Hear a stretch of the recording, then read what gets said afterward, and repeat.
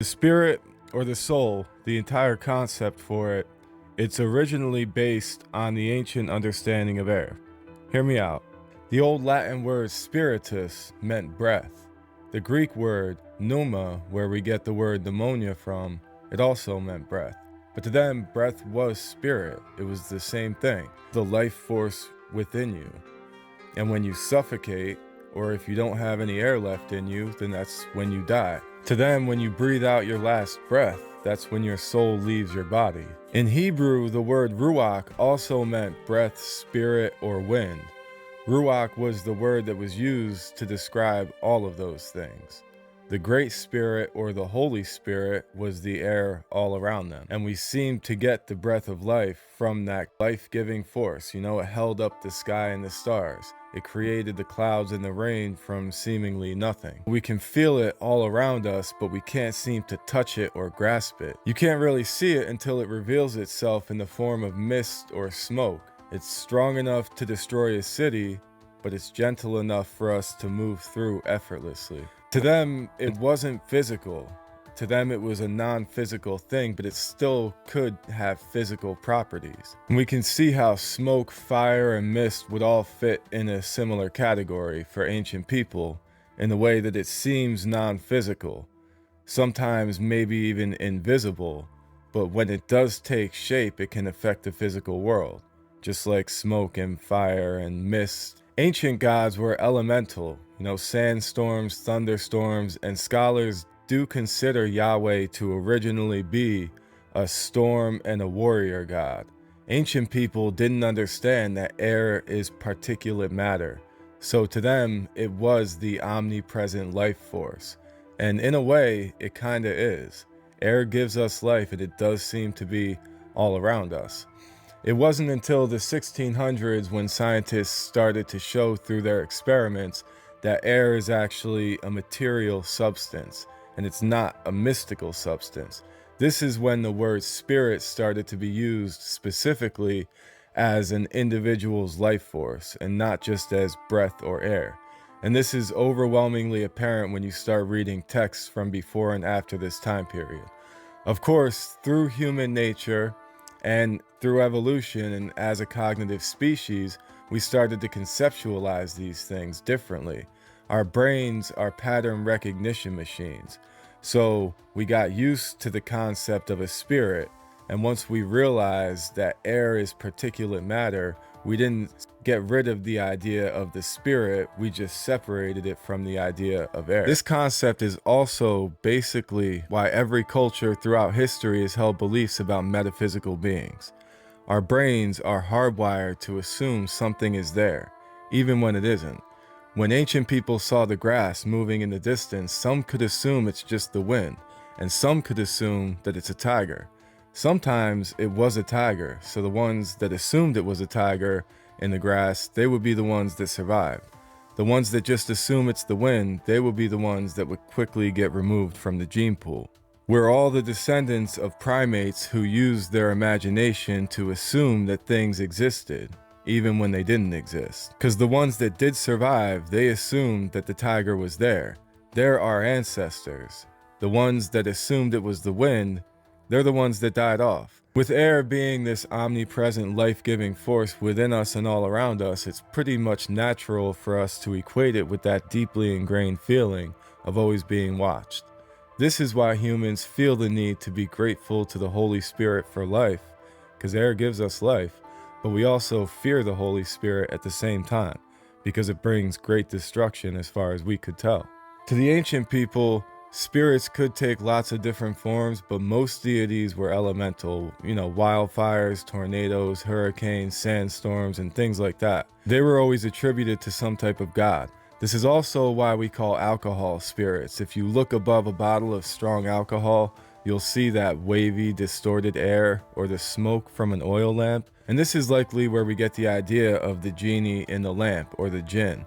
I have a deep dive on the history of angels and demons, and I talk more about the genie in that. You should definitely check that out. And this is also why we say God bless you, because people used to believe that when you sneeze, the soul would leave the body and it would be vulnerable to evil spirits until you breathe it back in, because to them, the air was spirit.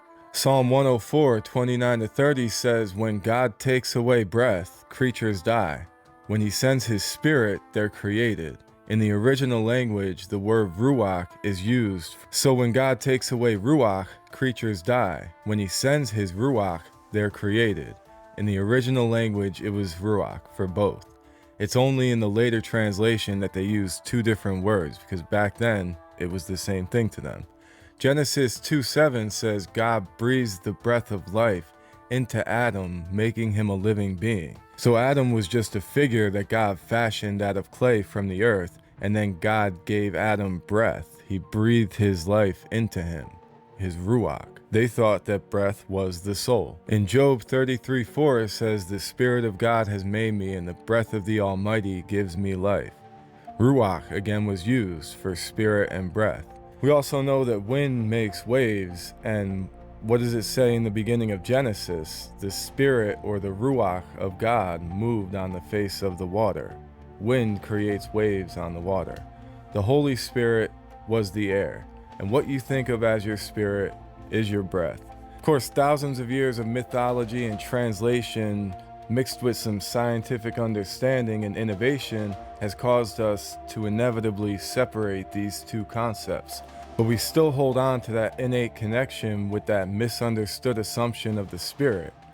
God is the tiger in the grass. It sort of reminds me of Pascal's wager, which is used by lots of religious people to try to defend their faith in God. Pascal was a mathematician, a physicist, an inventor, and a philosopher, and basically he said that believing in God is the most rational choice. Because if God exists, then the believer gains eternity in heaven, but not believing leaves you the chance of eternal damnation, of course, if God does actually exist. So it's better to just believe it anyway, since we don't really know. See what I mean? It's like the tiger in the grass. The key difference here is that ancient people actually saw tigers, and they witnessed the repercussions of not believing in it. We can demonstrate that tigers exist, so yes, it's better to assume that there's a tiger in the grass. But assuming that something like the biblical God exists is pretty much a malfunction of that adaptation. Now that we know what air and breath is, we don't call that soul anymore, but we just use the word soul to fill that gap now. Some might want to say that the human frequency is the soul, but the frequencies emitted by our brains, our hearts, and our bodies emerge from the activity that's in our bodies. I do think that frequency might be fundamental in a way, but that's a different conversation. I have a video about the human aura and biofields, and one about the geomagnetic field of the earth. I will link those in the comments, or if you're on TikTok, just check my page. I think there's something beautiful about air being spirit though. I would say that our frequencies could be argued to be the aura, but there's not really much of an argument to say that those are the soul. Even in Greek mythology, the wind isn't just one entity, it's a bunch of different figures. First, there was Aeolus. He was not a god of the wind, but he was the wind's keeper. He was depicted as a benevolent ruler that controlled the four cardinal winds and kept them contained until it was necessary to release them. But the winds themselves, they were called the anemoi, which looked like men with wings. They were sons of Eos, who was the goddess of the dawn. Boreas was the fierce god of the north wind. He was responsible for the cold of winter and storms, and he was thought of as a strong, bearded, and powerful god. Zephyrus was known as the gentle god of the west wind. He was associated with soft springs and flowers and new life. Nodus or Notus controlled the south wind, the wetness and the mist that you get from late summer and autumn storms. And Eurus was the god of the east wind, sometimes seen as less favorable because he would bring dry conditions. And then of course the Romans adopted that same mythology and they just kind of switched out the names. But in ancient Egypt, they had the god Shu, and he was the god of air, atmosphere, and breath. He usually had a headdress with tall feathers, and he was a primordial deity. He separated the sky goddess known as Nut from the earth god Geb, and literally created the space that we breathe in. Obviously in Norse mythology, they have gods that represent elements in lots of ways. People are relatively familiar with most of them. But across the Atlantic in Aztec mythology, they had Quetzalcoatl, He was the feathered serpent, and he had a deep connection to the wind in his manifestation known as Ehakado. He's usually shown with a mask that looks like a bird's beak, and they believe that he would blow the wind through that beak to sweep the path clear for the rain. In Japan, they believed in this mythological figure known as Fujen or Futen. He was known as a god of the wind, and he was shown with like red hair and green skin. He was like a type of demon, usually shown alongside his brother Reijin or Rajin, who was the god of thunder. And obviously this is also who inspired Raiden for Mortal Kombat 2. In Hinduism, Vayu, or sometimes also called Prana, he was the main deity of the wind and the air and breath itself.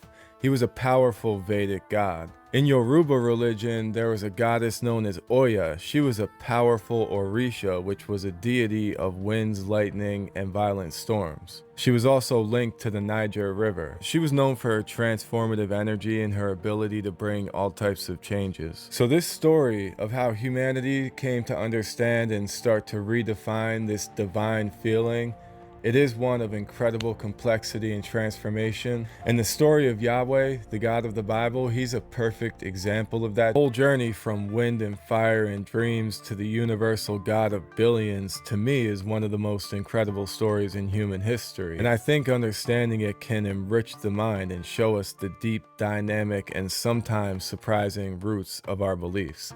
It shows how the human search for meaning and for connection to something bigger than us has helped shape and reshape our understanding of the divine. So that search in that story, it still continues today at this very moment.